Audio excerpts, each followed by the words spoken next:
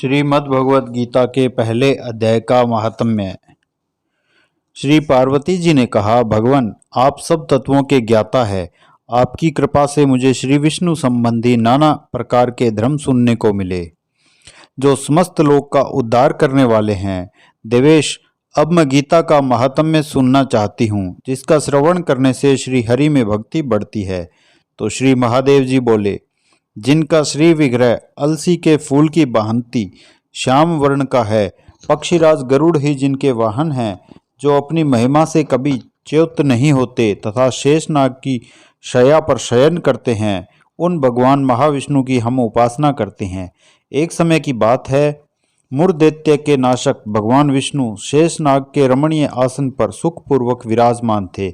उस समय समस्त लोकों को आनंद देने वाली भगवती लक्ष्मी ने आदरपूर्वक प्रश्न किया।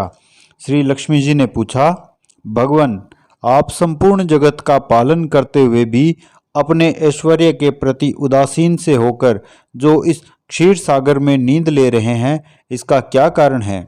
तो श्री भगवान बोले, सुमुखी, मैं नींद नहीं लेता हूँ, अपितु तत्व का अनुसरण करने वाली अंतर्दृष्टि के द्वारा अपने ही महेश्वर तेज का साक्षात्कार कर रहा हूँ। देवी, यह वही तेज है जिसका योगी पुरुष कुशाग्र बुद्धि के द्वारा अपने अंतःकरण में दर्शन करते हैं तथा जिसे मीमांसक विद्वान वेदों का सार तत्व निश्चित करते हैं। वह महेश्वर तेज एक अजर प्रकाश स्वरूप आत्मरूप शोक रोग से रहित अखंड आनंद का पुंज निष्पंद तथा द्वैत रहित है। इस जगत का जीवन उसी के अधीन है, मैं उसी का अनुभव करता हूँ।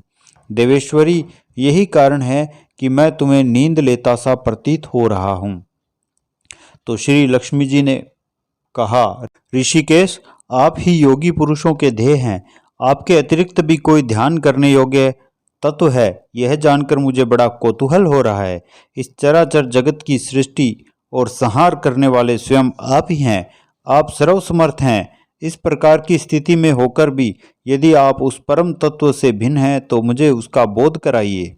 तो श्री भगवान बोले, प्रिय, आत्मा का स्वरूप द्वैत और अद्वैत से पृथक, भाव और अभाव से मुक्त तथा आदि और अंत से रहित है।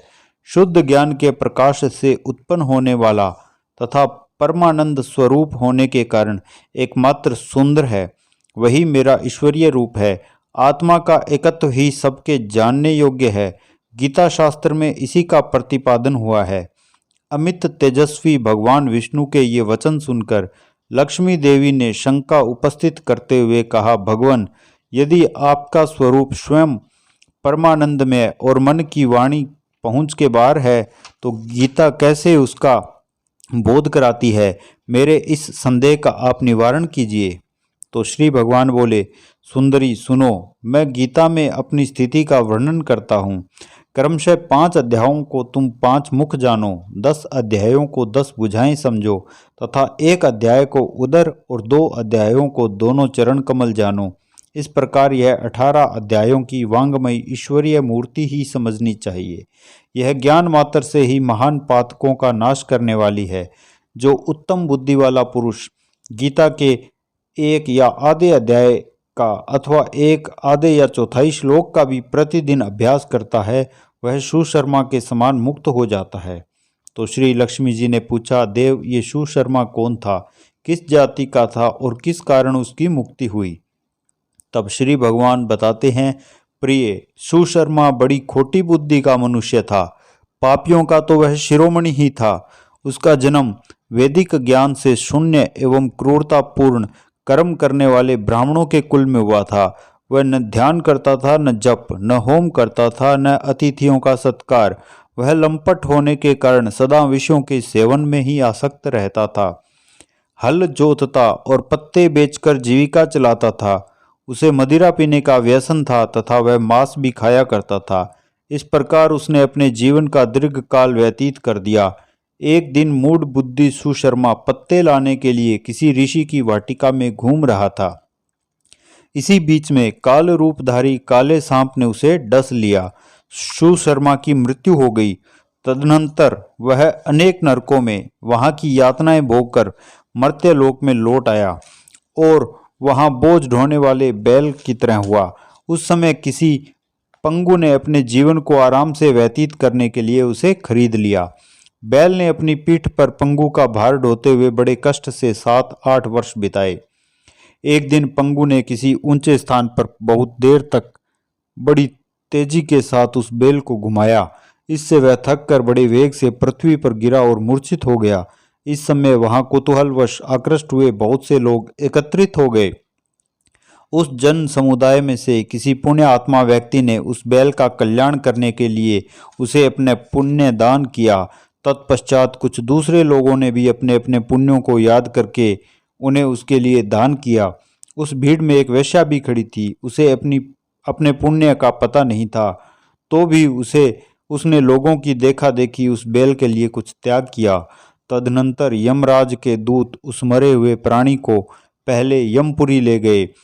वहां यह विचार करके कि यह वेश्या के दिए हुए पुण्य से पुण्यवान हो गया है, उसे छोड़ दिया गया। फिर वह भूलोक में आकर उत्तम कुल और शील वाले ब्राह्मणों के घर में उत्पन्न हुआ।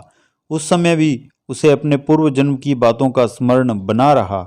बहुत दिनों के बाद अपने अज्ञान को दूर करने वाले कल्याण तत्व का जिज्ञासु होकर वह उस वेश्या के पास गया और उसके दान की बात बतलाते हुए उससे पूछा, तुमने कौन सा पुण्य दान किया था?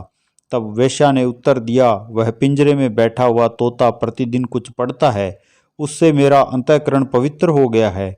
उसी का पुण्य मैंने तुम्हारे लिए दान किया था। उसके बाद उन दोनों ने तोते से पूछा।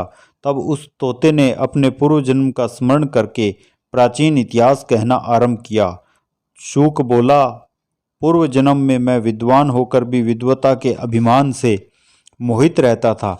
मेरा राग द्वेष इतना बढ़ गया था कि मैं गुणवान विद्वानों के प्रति भी ईर्ष्या भाव रखने लगा। फिर समयानुसार मेरी मृत्यु हो गई और मैं अनेक घृणित लोकों में भटकता फिरा। इसके बाद इस लोक में आया। सद्गुरु की अत्यंत निंदा करने के कारण तोते के कुल में मेरा जन्म हुआ। पापी होने के कारण छोटी अवस्था में ही मेरा माता पिता से वियोग हो गया। एक दिन मैं ग्रीष्म ऋतु में तपे हुए मार्ग पर पड़ा था। वहां से कुछ श्रेष्ठ मुनि मुझे उठा लाए और महात्माओं के आश्रम में के भीतर एक पिंजरे में उन्होंने मुझे डाल दिया। वहीं मुझे पढ़ाया गया। ऋषियों के बालक बड़े आदर के साथ गीता के प्रथम अध्याय की आवर्ती करते थे। उन्हीं से सुनकर मैं भी बारंबार पाठ करने लगा। इसी बीच में एक चोरी करने वाले बहेलिये ने मुझे वहां से चुरा लिया। तत्पश्चात इस देवी ने मुझे खरीद लिया। यही मेरा वृत्तांत है, जिसे मैंने अपने लोगों से बता दिया। पूर्व काल में मैंने इस प्रथम अध्याय का अभ्यास किया था, जिससे मैंने अपने पाप को दूर किया है।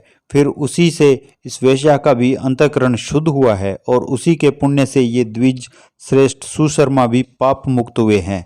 इस प्रकार परस्पर वार्तालाप और गीता के प्रथम अध्याय की महात्म्य की प्रशंसा करके वे तीनों निरंतर अपने अपने घर पर गीता का अभ्यास करने लगे। फिर ज्ञान प्राप्त करके वे मुक्त हो गए। इसलिए जो गीता के प्रथम अध्याय को पढ़ता, सुनता तथा अभ्यास करता है, उसे इस भवसागर को पार करने में कोई कठिनाई नहीं होती है।